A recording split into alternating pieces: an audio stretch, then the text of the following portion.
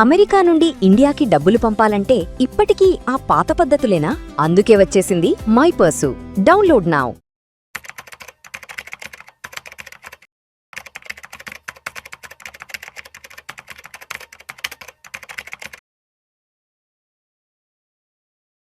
Suman TV ప్రేక్షకులకు స్వాగతం. నేను doctor Anil Kumar Bachchu, certified financial ప్లానర్ని, అట్లాగే సర్టిఫైడ్ రీసెర్చ్ అనలిస్ట్ని కూడా. సో ఇవాళ 26 జూన్ రోజు, ఫ్రైడే రోజు మార్కెట్లో, ఏషియన్ మార్కెట్లు, మన ఇండియన్ మార్కెట్స్ క్లోజ్ ఉన్నాయి మొహర్రం సందర్భంగా. బట్ ఏషియన్ మార్కెట్లలో మాత్రం ఒక పెద్ద బ్లడ్ బాత్ జరిగింది. సో అది ఎలా జరిగింది, ఎందుకు జరిగింది అండ్ రీజన్స్ ఏంటి, ఆల్సో ఏంటంటే మండే రోజు మన మార్కెట్స్, ఇండియన్ మార్కెట్స్ ఓపెన్ అయినప్పుడు దీనికి ఎలా రియాక్ట్ అవ్వచ్చు అనేది ఈ వీడియోలో తెలుసుకుందాము. ఫస్ట్ థింగ్ ఏమైందో చూసుకుంటే మాత్రం ఇవాళ ఏషియన్ మార్కెట్స్లో సౌత్ కొరియా మళ్ళీ లోయర్ సర్క్యూట్ హిట్ అయింది. 8% అక్కడ లోయర్ సర్క్యూట్ మళ్ళీ హిట్ అయితే కాసేపు ట్రేడింగ్ ఆపేశారు. ఇది ఈ నెలలో మల్టిపుల్ టైమ్, అది కూడా ఎక్స్ప్లెయిన్ చేస్తాను ఎందుకో రీజన్స్.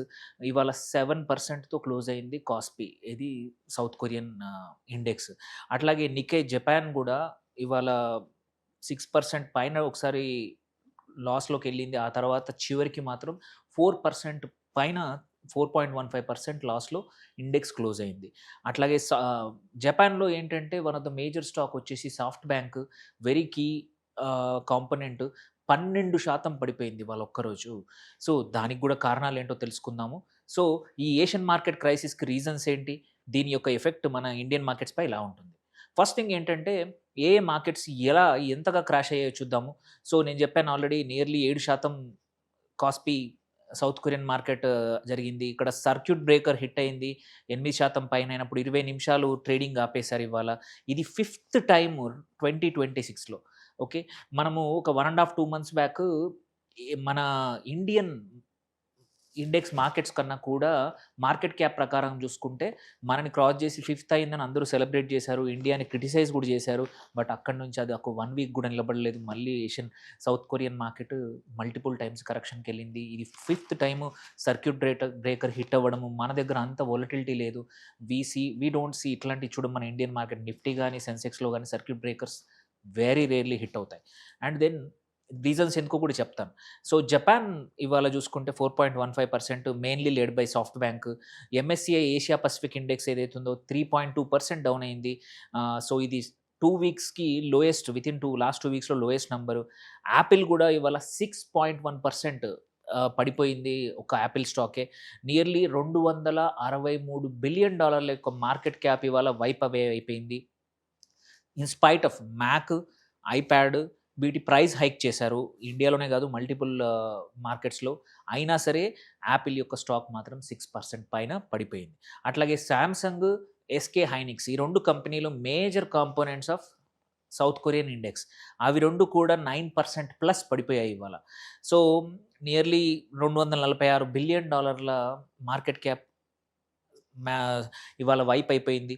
అట్లాగే సాఫ్ట్ బ్యాంక్ ఇంకొక కంపెనీ, జపాన్లో ఓపెన్ఏఐలో ఇన్వెస్ట్ చేసిన కంపెనీ. ఓపెన్ఏఐ ఐపీఓ నెక్స్ట్ ఇయర్కి డీలే అయింది, ఎందుకంటే మార్కెట్లో ఎవరు కొనడానికి ఐపీఓకి ఇంట్రెస్ట్ చూపించట్లేదు అనే న్యూస్ వల్ల 12% సాఫ్ట్ బ్యాంక్ పడిపోయింది. అట్లాగే ఇంకొక ఏఆర్ఎం అనేది ఇంకొక సాఫ్ట్వేర్ కంపెనీ, మన సెమీ కండక్టర్ కంపెనీ, అది కూడా పర్ఫార్మెన్స్ బాగాలేకపోవడం కూడా కారణం సాఫ్ట్ బ్యాంక్కి. నౌ కమింగ్ టు ఇది ఎందుకు జరిగిందనే కారణాలు క్విక్గా తెలుసుకుందాము. ఒకటి ఏఐ బూమ్, ఇది ఇంకొకటి ఏంటంటే ఇది ర్యామ్ ఏదైతే ఉందో, ఫ్రెంజీ అయితే ఉండింది, డేటా సెంటర్స్ అన్నీ కొంటా ఉన్నాయి, దానివల్ల వాల్యుయేషన్స్ అమేజింగ్గా పెరిగిపోతూ ఉండే. And south Korean market nearly 100% పెరిగింది వితిన్ ఏ ఇయర్. ఇది రీజన్ ఏఐ బూమ్ వల్ల, ఈ ర్యామ్ మెమరీ చిప్స్ వల్ల ప్రైజెస్ పెరగడం వల్ల అండ్ డిమాండ్ పెరగడం వల్ల జరిగింది.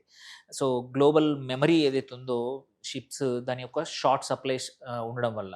దెన్ ఇంకొకటి ఏంటంటే ర్యామ్ అని అంటున్నారు, అంటే డీర్యామ్ ప్రైజెస్ ఏమయ్యాయంటే నియర్లీ 98% ఓన్లీ Q1లో పెరిగాయి రేటు. So another 58-63% పెరగచ్చు.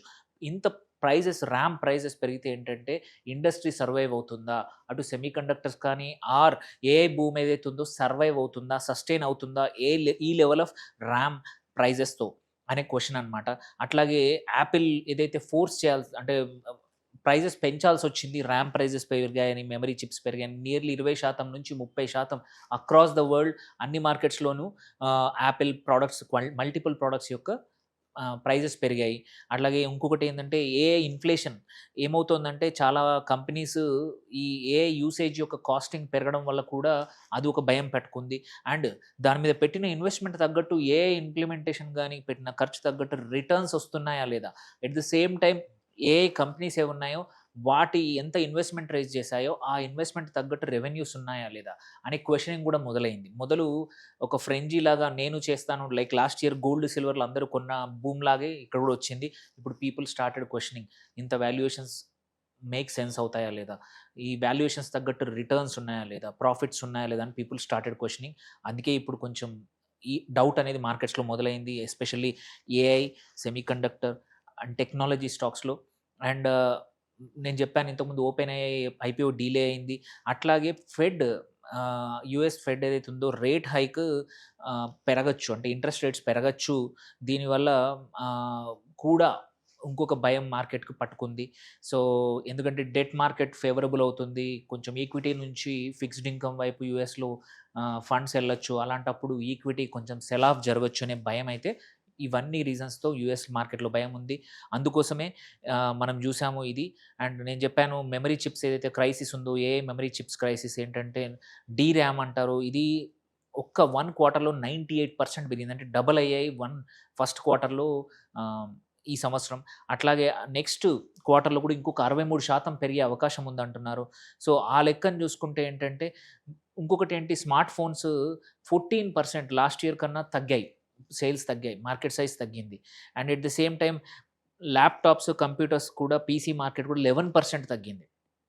సో, ఎందుకు అంటే మల్టిపుల్ కారణాలున్నాయి. మెమరీ కూడా ఎక్స్‌పెన్సివ్ అయిపోయింది. సో, ఇవన్నింటి వల్ల కూడా మార్కెట్‌లో కొంచెం ఏవైతే హై వాల్యూ ఉన్న తైవాన్ గాని, సా మన సౌత్ కొరియా గాని, జపాన్‌లో గాని అండ్ యూఎస్‌లో కూడా టెక్ స్టాక్స్, ఏఐ స్టాక్స్‌కి ఒక భయమైతే పట్టుకుంది. లాస్ట్ ఫ్యూ వీక్స్ నుంచి మార్కెట్‌లో సెల్ ఆఫ్ చూస్తా ఉన్నాము. సో, ఇది చూసుకుంటే ఈ సంవత్సరం క్రాష్ సీక్వెన్స్ చూసుకుంటే జూన్ 5 రోజు బ్రాడ్‌కామ్ కంపెనీ ఏదైతే ఉందో అది గైడెన్స్ మిస్ అయింది. ఆ రోజు ఒక పెద్ద క్రాష్ అయింది. దాని తర్వాత ట్రిపుల్ షాక్ కాస్పీ మళ్ళొకసారి 9% పడిపోయింది. అప్పుడు కూడా లోయర్ సర్క్యూట్ హిట్ అయింది ఆన్ జూన్ 8. మళ్ళీ జూన్ 22 నాడు ఆల్ఫాబెట్ తన టాలెంట్ ఎళ్ళిపోవడం అనే ప్రాబ్లమ్ ఒకటి ఐడెంటిఫై చేసింది. అట్లాగే మన ఇండియన్ మార్కెట్స్ కూడా ఎస్పెషల్లీ టెక్ స్టాక్స్ రిఫ్లెక్ట్ చేశాయి. అండ్ జూన్ 26 ఇవాళ యాపిల్, ఓపెన్ ఏఐ స్టాక్ ఒకటి మళ్ళీ కాస్పీ ఇవన్నిటి వల్ల కూడా పడిపోవడం జరిగింది. సో, ఎస్పెషల్లీ ఏఐ స్టాక్స్‌కి వాల్యుయేషన్ ఇంకా ముందుంటుందా? ఎలా ఉంటుంది అనే అన్‌సర్టెనిటీ మాత్రం మార్కెట్‌లో మొదలైంది. సో, ఈ 3 ఫ్యాక్టర్‌లు మార్కెట్‌లో వొలటిలిటీని పెంచుతున్నాయి. ఒకటి ఏఐ ఇన్‌ఫ్లేషన్ ఒకటి, ర్యామ్‌ది కావచ్చు అండ్ ఏఐ యూసేజ్ కావచ్చు ప్రైజెస్ వల్ల. Second fed rate hike risk. Third వచ్చేసి ఏఐ వాల్యుయేషన్ ఏదైతే ఉందో రీసెట్ జరగాలి. ఎందుకంటే one of the important first mover open AI ఏదైతే ఉందో దాని 1 ట్రిలియన్ ఐపీఓ డీలే అవ్వడం అనేది ఒక మార్కెట్ సెంటిమెంట్‌కి నెగెటివ్‌గా ఉంది. అట్లాగే తైవాన్ మార్జిన్స్ హిట్ అయ్యాయి. తైవాన్‌లో కూడా 2, 3 కంపెనీస్ వల్లనే మొత్తం మార్కెట్ రైజ్ అయ్యాయి. లాస్ట్ ఇయర్ 60-70% పెరిగింది. Same with the south Korea also. రెండే కంపెనీలు సామ్‌సంగ్, ఎస్‌కే హైనిక్స్ వల్ల huge market nearly 60%, 50-60% market cap ఈ 2 కంపెనీలే డామినేట్ చేస్తా ఉన్నాయి. అండ్ బ్రాడ్‌కామ్ ఇంకో కంపెనీ, అట్లాగే స్పేస్ ఎక్స్ ఐపీఓ కూడా ఏంటంటే లిక్విడిటీని లాగేసింది మార్కెట్‌లోంచి. సో, ఈ పరిస్థితుల్లో ఇట్లాంటి వోలటైల్ పరిస్థితుల్లో ఇండియన్ మార్కెట్ పరిస్థితి ఎలా ఉండబోతోంది మండే రోజు? మోస్ట్ ప్రాబబ్లీ కొంచెం గ్యాప్ డౌన్ అయితే పక్కా జరుగుతుంది. ఎందుకంటే ఏషియన్ మార్కెట్‌లో ఇట్లా 3, 4, 5, 6, 7% పడిపోయినప్పుడు ఈ మల్టిపుల్ ఇండెక్స్‌లు మన మార్కెట్‌లో కూడా కొంచెం నెగెటివ్ రియాక్ట్ అయ్యే అవకాశం అయితే చాలా ఉంది. సో, ఆల్రెడీ గిఫ్ట్ నిఫ్టీ ఇవాళ కొంచెం క్లోజ్ అయింది నెగెటివ్‌గా. సో, ప్రాబబ్లీ మండే రోజు మార్కెట్స్ ఓపెన్ అయినప్పుడు ఏంటంటే ఒక 23,800 దగ్గర నిఫ్టీ ఓపెన్ అవ్వచ్చు. అండ్ గ్యాప్ డౌన్ కూడా ఒక 100, 30, 200 పాయింట్లు అయితే ఈజీగా రావచ్చు. అండ్ సెన్సెక్స్ కూడా ఒక 700, 800 పాయింట్స్ లోవర్ కావచ్చు.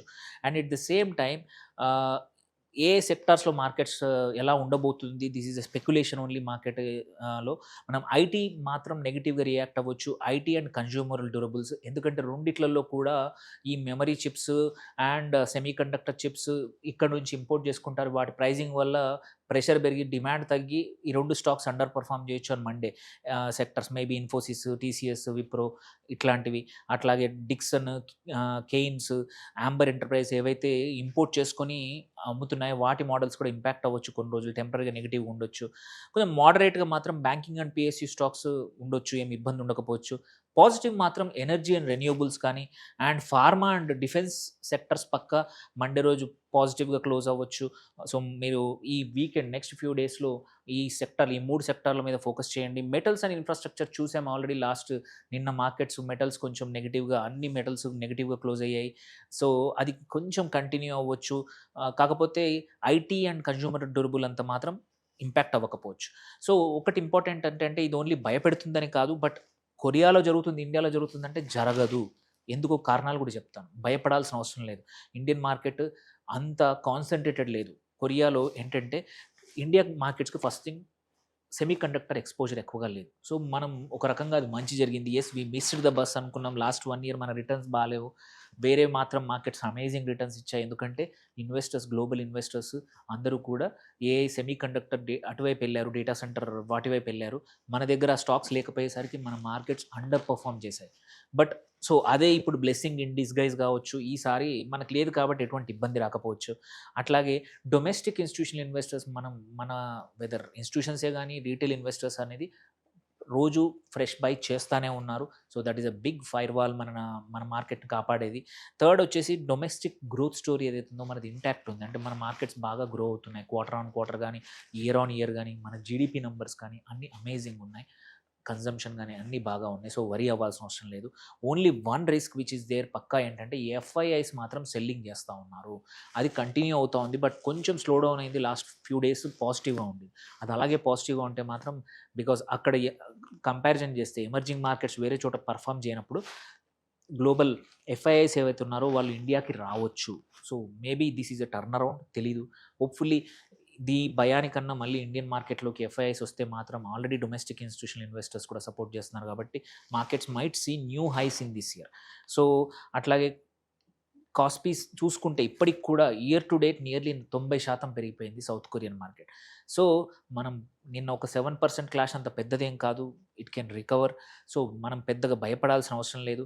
మండే రోజు ఏం చేయాలనేది ఫైనల్. ఇది చూసుకుంటే ప్యానిక్ సెల్ అస్సలు చేయకండి. ఓపెనింగ్లో ప్యానిక్ సెల్ ఏదో మార్కెట్లో, ఏషియన్ మార్కెట్లో జరిగిపోయిందని మాత్రం భయపడాల్సిన అవసరం లేదు. ఏవైనా స్టాక్స్ మీరు ట్రాక్ చేస్తున్న స్టాక్స్ కానీ సెక్టర్స్ కానీ డౌన్లో ఉంటే వీటిని ఎంటర్ చేసుకోండి కంపల్సరీ. ఇండియా విక్స్కి నిఫ్టీ లెవెల్స్ మాత్రం చూస్తూ ఉండండి ఆ రోజు ఎలా ఉందనేది. సైమల్టేనియస్లీ యుఎస్ సిపిఐ నంబర్స్ వస్తాయి 10th రోజు. దాని గురించి వెయిట్ చేద్దాము. బట్ అదర్వైజ్ పెద్దగా భయపడాల్సిన అవసరం లేదు. సో ఈ ఏషియన్ మార్కెట్ క్రైసిస్ అనేది మాత్రం వాల్యుయేషన్సే కానివ్వండి, ఓపెన్ ఏఐ డీలే కానివ్వండి, యాపిల్ మెమరీ చిప్స్ గురించి ప్రైజింగ్ గురించి చెప్పింది, వాటి వల్ల అయిందే తప్ప దానివల్ల పెద్ద ఇంపాక్ట్ అనేది ఓన్లీ 1-2 సెక్టర్లకు తప్ప మల్టిపుల్ సెక్టర్స్కి, ఇండియన్ మార్కెట్కి ఉండదు. ఎక్కువ భయపడాల్సిన అవసరం లేదు. కాకపోతే తెలుసుకోవడం very important. Yes we missed bus. చాలామంది తైవాన్ ఫండ్స్లో, సౌత్ కొరియన్ ఏషియన్ ఫండ్స్లో ఆర్ ఇంటర్నేషనల్ ఫండ్స్లో పెడతా ఉన్నారు. కొంచెం స్లో డౌన్ అవ్వండి. మీరు ఏమన్నా ఎస్ఐపీలు గిట్ట ఏమైనా చేసుకుంటే కొంచెం ఆపండి. సో ఎందుకంటే అవి ఇంకా ఎంత క్రాష్ అవుతాయో తెలీదు. సో ఇన్ని రోజులు అక్కడ పర్ఫార్మెన్స్ బాగుంది, especially driven by AI tech stocks అని ఎవరైతే అక్కడ వైపు పెట్టారో కొంచెం స్లో డౌన్ అవ్వండి. మీకు ఏమైనా క్వశ్చన్స్ ఉంటే పోస్ట్ చేయండి. Thank you for watching. Signing off doctor Anil Kumar Bachu.